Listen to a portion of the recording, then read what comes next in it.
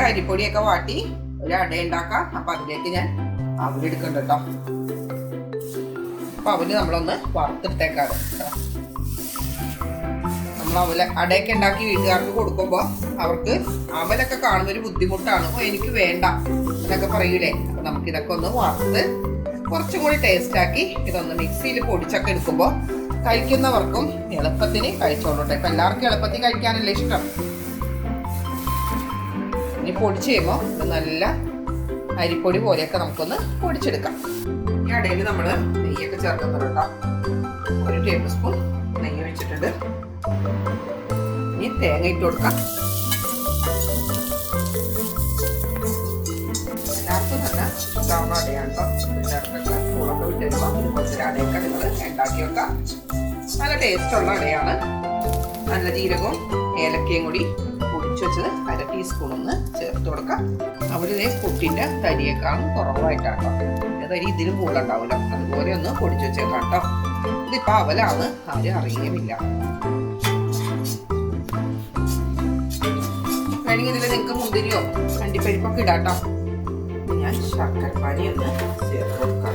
അപ്പോൾ ഒരേ പ്രാവശ്യം എടുത്തിട്ട് ബാക്കിയുണ്ടെങ്കിൽ ഞാനിങ്ങനെ എടുത്ത് ഫ്രിഡ്ജിൽ വെച്ചതാണ് കേട്ടോ കട്ടേക്കുന്നത്. അപ്പൊ നമ്മുടെ അവലും തേങ്ങയും ശർക്കരയൊക്കെ ഉള്ള കൂട്ടുപുഴ റെഡി ആയിട്ടുണ്ട് കേട്ടോ. അതൊക്കെയുള്ള കൂട്ട് റെഡിയായി. പിന്നെ നമുക്ക് അടിയുടെ പൊടിയൊന്ന് വാട്ടിയെടുക്കാം. പടയില ഇടന്നയില എന്നൊക്കെ പറയുന്ന ഇലയിലാണ് ഞാൻ ഉണ്ടാക്കുന്നത്. നല്ലൊരു ടേസ്റ്റ് ആയിരിക്കും. അരിപ്പൊടി നമ്മൾ ആവശ്യത്തിനൊന്നും എടുക്കാം. ഞാൻ ആവശ്യത്തിന് എടുക്കാനുള്ള അളവ് പറയാനുള്ള കേട്ടോ. അപ്പൊ നിങ്ങൾക്ക് ഒരുപാട് അരിപ്പൊടിയൊക്കെ വന്നു കഴിയുമ്പോൾ ഇതുപോലത്തെ ഒരു ചെറിയ പാത്രത്തിലേക്ക് മാറ്റണം കേട്ടോ. അപ്പൊ നമ്മുടെ ആവശ്യത്തിന് നമുക്ക് ഇങ്ങനെ കൂട്ടം വെച്ച് എടുക്കാൻ പറ്റും. ഇടിയപ്പത്തിനൊക്കെ നമ്മൾ പൊടി വാട്ടൂലേ, അതുപോലെ തന്നെ നല്ല വെട്ടി തിളക്കുന്ന വെള്ളമുണ്ടോ നമ്മൾ ഇതിലേക്ക് ഒഴിക്കുന്നത്.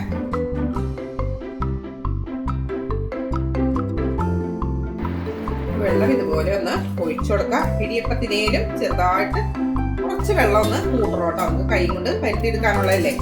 അപ്പൊ അതനുസരിച്ചിട്ട് വെള്ളം ഒന്ന് കൂട്ടിയെടുക്കണം. ആദ്യമായിട്ട് ചെയ്യുന്നവരൊക്കെ ഇതുപോലെ വെള്ളം കോരി ഒഴിക്കരുത്. വെള്ളത്തിന്റെ അളവ് നോക്കി നോക്കി ഒഴിക്കണം കേട്ടോ. കുറച്ച് പ്രാവശ്യമാണ് ചെയ്യുമ്പോഴത്തേക്കും നിങ്ങൾക്ക് ഇതൊക്കെ നല്ല ഈസി ആയിട്ട് വരും കേട്ടോ. ഇല്ലാത്തവര് വെള്ളം ഒഴിച്ചാൽ കേട്ടല്ലോ പൊടിയിട്ട് തോറ്റു പോകുള്ളൂ. 1 കപ്പ് പൊടി എടുക്കുമ്പോൾ 1.25 കപ്പ് വെള്ളം ആണ് ഞാനിതിന് എടുക്കണം കേട്ടോ. അടയൊക്കെ ഉണ്ടാക്കുന്ന സമയത്ത് 2 ടേബിൾ സ്പൂൺ വെള്ളം കൂടി കൂട്ടി ഒഴിക്കണം. ഈ പാകം മതി കേട്ടോ. കുഴയുന്ന പരുവം കേട്ടോ. ഇതാണ് കേട്ടോ അടയില ഇടന്നില. ഇതാണ് കേട്ടോ. നല്ല വലിയ ഇല കേട്ടോ എനിക്ക് കിട്ടിയത്. അപ്പൊ ഇതൊക്കെ ഉണ്ടോന്ന് എനിക്കറിയില്ല. ഞങ്ങളുടെ ഒരു പറമ്പില് ഉണ്ടായതായിരുന്നു കേട്ടോ. അപ്പൊ അവിടുന്ന് ഞാൻ എടുത്താണ്. നമ്മള് പറമ്പിലൊക്കെ ചെല്ലും, പക്ഷെ കാണൂല ഒന്നും. കുറേ പരുത്തി നടക്കുമ്പോഴായിരിക്കും നമ്മളിതൊക്കെ കാണുന്നത്. ഇതുപോലെ നീളത്തിൽ കുറച്ച് പൊടി എടുത്തിട്ട് കേട്ടോ ഇതുപോലെ കട്ടി കുറച്ചൊന്ന് കയ്യും കൊണ്ട് പരത്തി കൊടുക്കാം. ഇടയ്ക്കിടയ്ക്ക് കൈയൊന്ന് വെള്ളത്തിൽ തുറന്നോട്ടോ. ഒന്നും ഉണ്ടാക്കാൻ അറിയാൻ പാടില്ല എന്നൊക്കെ പറഞ്ഞ് ആളുകൾ കളിയാക്കുമ്പോൾ ഇതുപോലെയൊക്കെ എന്റെ തന്നെ കാണണമെന്നില്ല. ആരെങ്കിലൊക്കെ കണ്ടതിന് ശേഷം നിങ്ങൾ ഇതുപോലെയൊക്കെ ഉണ്ടാക്കി ആ പറയുന്നവർക്ക് തന്നെ നിങ്ങളിത് കൊടുക്കണം കേട്ടോ. അപ്പം കിട്ടുന്ന ഒരു സുഖം ഉണ്ടല്ലോ, ആ സുഖത്തെ ഉണ്ടല്ലോ മക്കളെ, ഈ അടയേക്കാൾ കൂടുതൽ രുചിയും സ്വാദുമായിരിക്കും. അവര് തേങ്ങയുടെ കൂടെ വഴറ്റിയെടുക്കുമ്പോൾ കുറച്ച് വെള്ളം കൂട്ടി വയ്ക്കണം കേട്ടോ. അവരിരുന്ന് ഉണങ്ങും. ഞാൻ പരിഷ്കാരിയൊന്നും ആവുന്നില്ല. എൻ്റെ കയ്യും കൊണ്ട് തനി നാട്ടിൻപുറംകാരിയായി. ഞാൻ കളമശ്ശേരിൽ ഒരു നാട്ടിൻപുറത്ത് ജീവിച്ച ഒരാൾ തന്നെയാണ് കേട്ടോ. അപ്പൊ ഇതുപോലെ അങ്ങ് നാട്ടിൻപുറത്താണ് ജീവിച്ചതെന്നും പറഞ്ഞ് നമ്മൾ നാട്ടിൻപുറത്തുകാരല്ലേ, നിങ്ങളെ പോലെ അല്ലല്ലോ എന്നൊന്നും പറയണ്ട കേട്ടോ ആരും. അപ്പൊ അങ്ങനെ അങ്ങോട്ട് ഫുഡ് ഉണ്ടാക്കാൻ പഠിക്കാം. നമുക്ക് എല്ലാത്തിനും ഒരു വാശി വേണോന്നേ, എന്നാലാണ് നമ്മൾ എവിടെയെങ്കിലൊക്കെ ഒന്ന് എത്തുള്ളൂ. നമ്മൾ വാശിയൊക്കെ എടുത്ത് ഒരേ കാര്യങ്ങൾ നിന്ന് ജയിച്ചു കഴിയുമ്പോൾ അവരെ മുമ്പിൽ നമ്മൾ എത്താം. നമ്മൾ അവർ പറഞ്ഞതൊക്കെ ജീവിതത്തിൽ മറക്കാതെ ഇരിക്കാം. എന്നാലാണ് നമുക്ക് എവിടെയെങ്കിലൊക്കെ ഒന്ന് എത്താൻ പറ്റുള്ളൂ. അതുകൊണ്ട് നമ്മൾ ഇതുപോലെ ചെറുതായിട്ട് പരത്തി കൊടുത്ത് വീണ്ടും ഇതുപോലെ ഒന്ന് വെക്കാട്ടോ.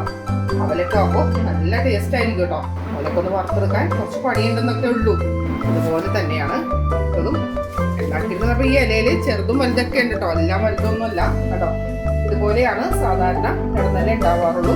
അപ്പൊ ഈ ഇടനിലയില് നല്ല വലിയ ഇലകളൊക്കെ ഉണ്ടായിരുന്നു കേട്ടോ. അപ്പൊ അടയെല്ലാം നമുക്ക് ബേക്കറികളിൽ കടകളിലൊക്കെ മേടിക്കാൻ കിട്ടും. അത് എത്രത്തോളം നല്ലതാണെന്നൊന്നും നമുക്കറിയില്ല. അപ്പൊ നമ്മള് നമ്മുടെ മക്കളൊക്കെ സ്കൂളിൽ വരുമ്പോഴത്തേക്കും നമുക്ക് വേണ്ടിയിട്ടും നമ്മൾ ഇതുപോലെയൊക്കെ ഒന്ന് ചെയ്തു വെക്കാം.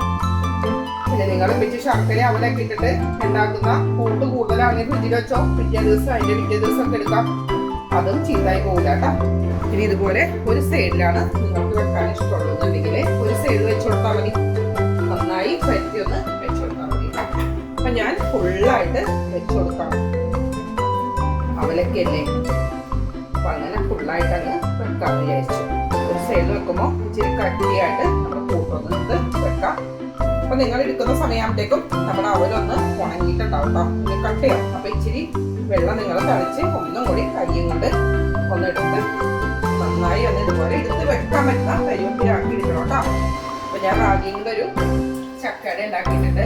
അതും ഒന്ന് കാണണം കേട്ടോ. റാഗി കൊണ്ടുള്ള ചക്കട നല്ല ടേസ്റ്റാണ്. റാഗി കൊണ്ടുള്ള ചക്കടയായിരുന്നു. അത് കഴിച്ചു കഴിഞ്ഞാൽ പറയില്ല. അപ്പൊ നിങ്ങൾ വിചാരിക്കും ഞങ്ങൾ കഴിക്കാതെ എങ്ങനെയാണ് അത് പറയുന്നതെന്ന്. നിങ്ങൾ ഒന്ന് ഉണ്ടാക്കി നോക്കണം. എന്നിട്ട് നിങ്ങൾ അതിന്റെ അഭിപ്രായം എന്ന് പറയാം. നല്ല ടേസ്റ്റാണ്. ഒരാഴ്ച വരെയൊക്കെ നമുക്ക് ഫ്രിഡ്ജിൽ വെച്ച് കഴിഞ്ഞാൽ അത് എടുക്കാൻ പറ്റും കേട്ടോ. അതേ സ്റ്റീമർ റെഡിയായി കഴിഞ്ഞു. വെള്ളമൊക്കെ തിളച്ചു. നമ്മളിപ്പോൾ 3 അട ഉണ്ടാക്കുന്നതിന് മുമ്പ് തന്നെ സ്റ്റീമറില്ല, വെള്ളം റെഡിയായി. അപ്പൊ ഇതൊന്നും ഉണ്ടാക്കാൻ വലിയ പണിയൊന്നും ഇല്ലാന്നേ. നമ്മളൊന്ന് മെനക്കെടാം. അപ്പൊ നമ്മള് സ്റ്റീമറിലേക്ക് അട വെക്കാണ്. അപ്പൊ എനിക്ക് ഒരു തട്ടില് ഒരു ട്രേ പോലത്തെ ഒരു ഇട്ടേക്കാട്ടോ. അടുത്തത് വേറൊരു തട്ടുമാണ്. അപ്പൊ അങ്ങനത്തെ ഒരു സ്റ്റീമറാണ് ഞാൻ വാങ്ങിയേക്കുന്നത്. പാത്രങ്ങൾ പൊതുവെ ഇഷ്ടമുള്ളപ്പോ നമ്മളോട് പറയും എന്തിനാ ഇങ്ങനെ പാത്രത്തിനൊക്കെ ഇഷ്ടപ്പെടുന്നത്, ഇങ്ങനെ വാങ്ങിക്കൂട്ടുന്നത്. അപ്പൊ നമുക്കത് വാങ്ങിച്ചു കഴിഞ്ഞിട്ടുണ്ടെങ്കിൽ ഒരേ കാര്യങ്ങൾക്ക് വേണ്ടി നമുക്ക് എടുക്കാം. പിന്നീട് നമ്മൾ പൊടി എടുക്കുമ്പോ അത് വീണ്ടും ഒന്ന് കുഴച്ചെടുക്കണം കേട്ടോ.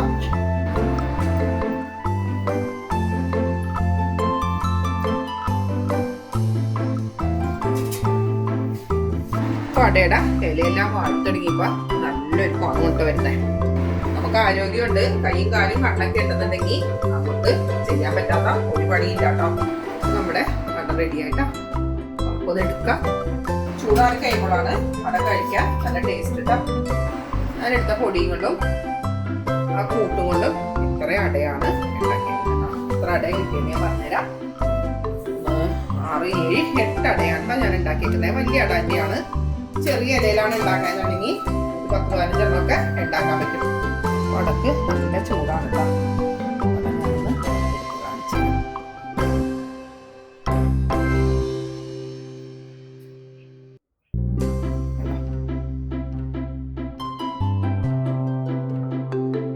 ഇന്ന് ഇത്രേ ഉള്ളൂ കേട്ടോ അടയുടെ വിശേഷം. അപ്പൊ അടയെല്ലാം എല്ലാവരും ഒന്ന് ഉണ്ടാക്കി നോക്കാം. എന്നിട്ട് അഭിപ്രായങ്ങളൊക്കെ പറയാം. ഞാൻ ഉണ്ടാക്കുന്ന റാഗി അടയും നിങ്ങളൊന്ന് ഉണ്ടാക്കി നോക്കണം കേട്ടോ.